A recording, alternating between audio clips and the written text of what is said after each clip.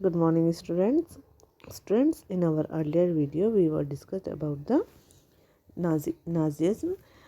बेटा हमने अपने लास्ट वीडियो में पढ़ा कि किस प्रकार जो नाजीवाद थे, नाजीज ने और हिटलर ने मिलकर किस तरीके से ज्यूस पर अत्याचार किया और कैसे वहाँ के लोगों को अपनी ओर आकर्षित किया। वहाँ के बच्चों को उन्होंने, जो यूथ थे, उन यूथ को किस तरीके से अपने साथ मिलाया। उन्होंने जब 10 साल के बच्चे जो होते थे उनको यंग फोक में एडमिशन कराने दिया। उसके बाद 14 साल की उम्र में उन लड़कों को नाजी जो यूथ संगठन था उसमें उनके शामिल होना पड़ता था और उसके बाद उनको फिज़िकली ट्रेनिंग भी दी जाती थी और तब 18 साल की एज में उनको लेबर सर्विस में सम्मिलित कर लिया जाता था। और उन माताओं को जिनके बहुत ज़्यादा बच्चे होते थे उनको जो है हिटलर द्वारा बहुत मेडल दिया जाता था और जिनको कम यानी जिनके 1 या 2 बच्चे होते थे उनको इस तरीके के मेडल नहीं दिए जाते थे। यानी जैसे कि अभी हमने पढ़ा कि जैसे सिपाहियों को मेडल दिया जाता था ऐसे ही जो मदर्स थी उनको भी मेडल दिया जाता था। जिनके 4 बच्चे होते थे उनको ब्रॉन्ज का, 6 बच्चे वाले को चांदी का और 8 जिनकी फैमिली में 8 बच्चे होते थे उनको गोल्ड मेडल दिया जाता था। इस तरीके से बहुत सारे हिटलर ने अपने आप को प्रचार करने के लिए मीडिया का भी सहारा लिया। मीडिया ने भी बहुत ही अच्छे से भाषा का प्रयोग करके हिटलर की तरफ लोगों को आकर्षित किया। आज हम पढ़ेंगे कि आम जनता और जो मानवतावाद थी, ह्यूमैनिटी थी, उसके खिलाफ किस तरीके से अपराध हुए। जो नाजीवाद पर था, नाजीवाद पर आम लोगों की क्या रिएक्ट किया आम लोगों ने। Many sharp words through Nazi eyes and spoke their mind in Nazi language। बहुत सारे लोगों ने नाजी शब्दाडंबर और धुआंधार प्रचार का शिकार हो गए थे। यानी जिस प्रकार नाजी जिन वर्डों का यूज़ करे थे उनको और जिन तरीके से उनका प्रचार हो रहा था वो उनकी तरफ अट्रैक्ट हो गए थे। उन्होंने महसूस किया वे विश्व में नाजी नज़रों से देखने लगे, जैसे नाजी चाहते थे ऐसे ही देखने लगे और अपनी भावनाओं को नाजी शब्दावली में ही व्यक्त करने लगे। जैसे नाजीवाद करते थे ऐसे ही उन्होंने अपनी खुद की भावनाएं नाजीवाद के अकॉर्डिंग डाली। They mark house of Jews and reported suspicious neighbours. और उन्होंने किसी भी ज्यूस के से आमना सामना हो जाने पर उन्हें अपने अंदर गहरी नफरत और गुस्से का एहसास होता था। यानी वो जैसे नाजी चाहते थे कि ज्यूस के खिलाफ नफरत हो, ऐसे ही वो लोग हो गए थे।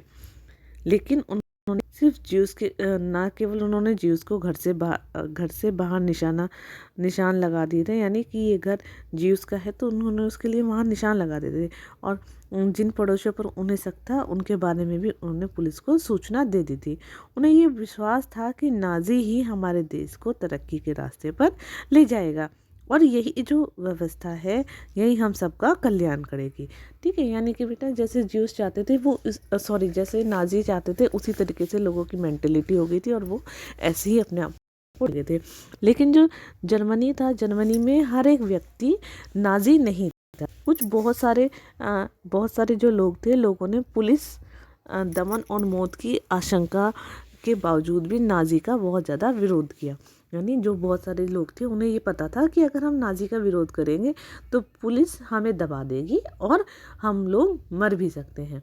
ठीक है, तो लेकिन उसके बावजूद भी उन्होंने नाजी का विरोध किया। लेकिन जर्मन में जो वहाँ की पॉपुलेशन थी, वहाँ उसका एक बहुत बड़ा भाग इस पूरे जो फेज था, ये घटनाक्रम जो था, इसका एक मूक यानी गूंगा जो होता है उस तरीके का एक दर्शक और साक्षी बना हुआ था।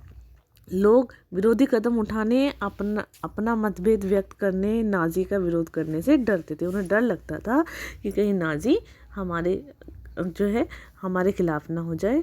वे अपने दिल की बात कहने की बजाय आंखें फेर कर चल देते थे। इसे ही अच्छा मानते थे कि अगर हम कुछ अपने दिल की बात कहेंगे तो उससे अच्छा ये है कि हम इधर देखें ही ना, तो वो आंखें फेर कर वहाँ से चल देते थे। पादरी जो पास्टर नियोमोलर जो थे, ठीक है, यानी जो पादरी नियोमोलर जो थे, उन्होंने नाजियों का लगातार विरोध किया। उन्होंने पाया कि नाजी साम्राज्य में लोगों पर जिस तरह का जुल्म किए जाते हैं, जिस तरह के बहुत ज़्यादा अत्याचार किए जाते हैं, उनका जर्मनी को जर्मनी की आम जनता विरोध नहीं कर पाती। ठीक है, यानी वो ये देख रहे थे कि जर्मनी की आम जनता जो है इन सब चीज़ों को निगलेक्ट करती है, वो इन सब चीज़ों की ओर ध्यान नहीं देती। जनता एक अजीब सी खामोशी में डूबी हुई थी, बिल्कुल साइलेंस है जो जर्मनी की जनता है। गेस्तापो की जो उनकी दहशतनाक जो उनकी कार्यशैली थी और उनके काम थे, उन कामों पर उन्होंने निशाना साधते हुए खामोशी के विषय में उन्होंने बहुत ही अच्छे तरीके से लिखा। उनके साइलेंस के बारे में कैसे लिखा अब उन्होंने, first they came for communist, well I was not a communist, so I said nothing. यानी पहले जब वो कम्युनिस्ट को ढूंढते हुए आए तो मैं कम्युनिस्ट नहीं था, इसलिए मैंने कुछ नहीं कहा। फिर वो सोशल डेमोक्रेट्स को ढूंढते हुए आए तो मैं डेमोक्रेट्स भी नहीं था, मैं फिर भी चुप रहा। इसके बाद वे ट्रेड यूनियन वालों को ढूंढते हुए आए, पर मैं ट्रेड यूनियन भी नहीं था। और फिर वे जो ज्यूस थे, यहूदी जो थे, उनको ढूंढते हुए आए तो लेकिन मैं यहूदी भी नहीं था, इसलिए मैंने कुछ नहीं कहा। अंत में जब वह मेरे लिए आए तो वहाँ पर कोई नहीं बचा था जो मेरे साथ खड़ा हो सके। यानी उन्होंने ये बताया कि पहले जो जर्मन हिटलर नाजी थे, उन्होंने सबसे पहले कम्युनिस्टों को अपना निशाना बनाया, तो भी मैंने आवाज़ नहीं उठाई क्योंकि मैं कम्युनिस्ट नहीं था। उसके बाद वो सोशल डेमोक्रेट्स पर उन्होंने निशाना साधा, तब मैं चुप रहा क्योंकि मैं डेमोक्रेट्स भी नहीं। फिर उन्होंने सभी ट्रेड यूनियन पर पाबंदियां लगा दी, मैंने तब भी कुछ नहीं कहा। और फिर उन्होंने ज्यूस पर बहुत ज़्यादा ज्यूस को ढूंढते हुए आए, और तो भी मैं ना तो मैं ज्यूस था और ना मैं ट्रेड यूनियन में था, इसलिए मैंने तब भी नहीं कुछ बोला। लेकिन लास्ट में जब वो मेरे लिए आए तो वहाँ पर मेरे पास में कोई नहीं था। इसका मतलब यानी कि जो नाजी थे उन्होंने सबको ख़त्म कर दिया था। What Jews felt in Nazi Germany is a different story altogether. Nazi Germany में ज्यूस का क्या अनुभव था, क्या अनुभव करते थे वो, ये बिल्कुल एक अलग कहानी है। सोलर्ट बेराट ने अपनी डायरी में लोगों के सपनों को चोरी छिपे दर्ज किया।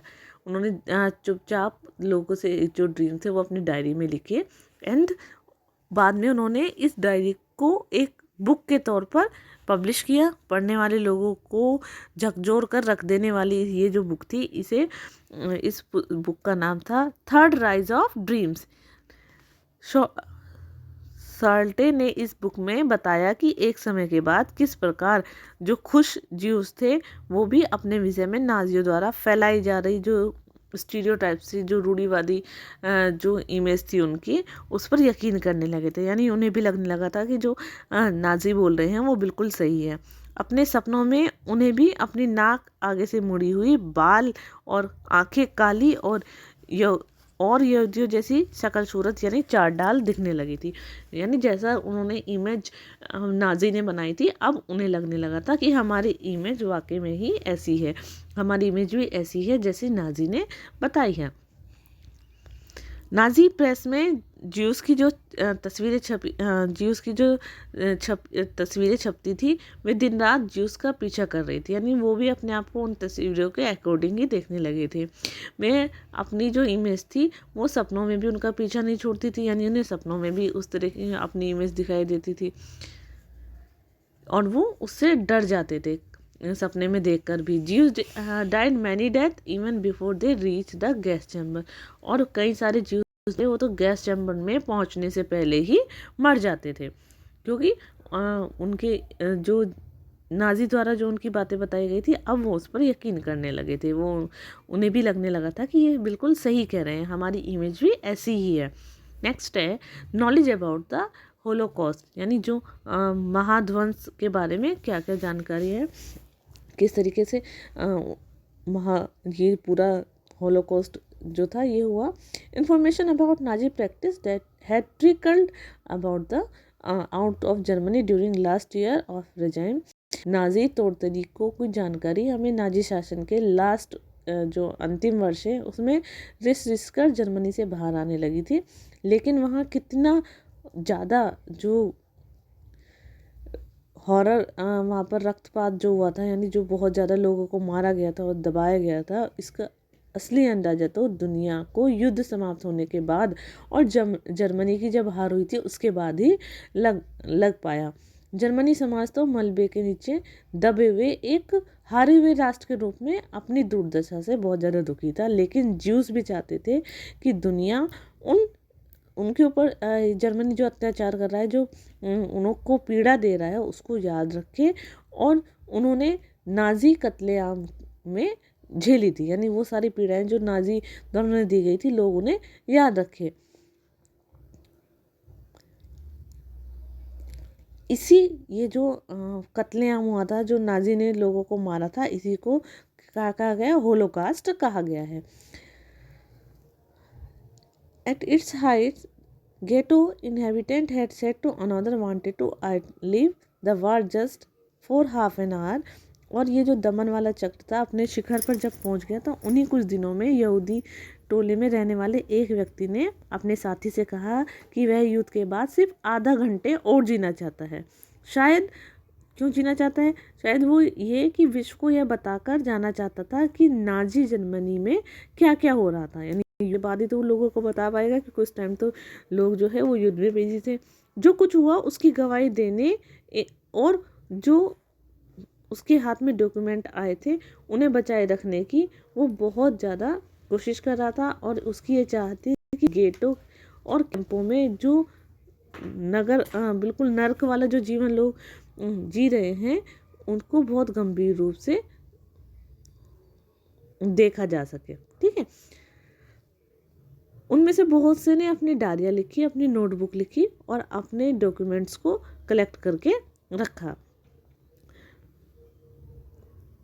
लेकिन इसके विपरीत जब यह दिखाई देने लगा कि अब युद्ध में नाजियों की हार बिल्कुल तय है, तो नाजी के कंट्रोल में जो दफ्तर थे वहाँ पर विद्यमान जितने भी वहाँ पर जो सबूत थे उन सबूतों को नष्ट कर दिया गया और अपने कर्मचारियों को पेट्रोल बांटना प्रारंभ कर दिया। उसके लिए उन्होंने कि ये जो सबूत है नष्ट करने के लिए ही उन्होंने अपने जो कर्मचारी थे उनको सबको पेट्रोल देने लगा कि इस पेट्रोल से सभी हमारे जितने भी हमारे आर्चीव्स हैं, हमारे डॉक्यूमेंट्स हैं, उनको न डिस्ट्रॉय कर दिया जाए। Yet the history and memory of the Holocaust live on in memories, fiction, documentation, poetry, memorial and museum in many part of the world। और विश्व के बहुत सारे हिस्सों में ये जो लेख लिखे गए, जितने भी ये हमारे साहित्य थे या ये जो हमारी डॉक्यूमेंट्रीज थी, पोइट्री थी, जो मेमोरियल्स थे और जो म्यूज़ियम थे, ये जो हमारा होलोकास्ट है इसका इतिहास और स्मृति आज भी वहाँ पर जिंदा है। जितनी भी चीज़ें उन लोगों के लिए एक श्रद्धांजलि हैं। ये जितनी भी चीज़ें अब बची हुई हैं सब उन्हीं के लिए एक ट्रिब्यूट से and an embarrassing reminder to those who collaborates and warning to those who watched in silence. और वो लोग जो उन दिनों में विद्रोह जो इसका प्रतिरोध करने का साहस नहीं दिखा पाए, इसके अगेंस्ट नहीं हो पाए, जिन्होंने ये जुल्म ढाए उसके खिलाफ नहीं बोल पाए, उनके लिए ये चेतावनी की आवाज़ है। जो लोग खामोश बैठे हुए सब कुछ देख रहे थे, यानी जो चुपचाप बैठ के सब देख रहे थे, ये सब उन लोगों के लिए है। ये उन लोगों के लिए श्रद्धांजलि है जिन्होंने साहस दिखाया। ठीक है, और उन व्यक्तियों के लिए बहुत शर्मनाक बात है जिन्होंने ये जुल्म ढाए और उनके लिए जिनकी चेतावनी की आवाज़ है, जो खामोशी में सब कुछ रहते हुए देखते थे।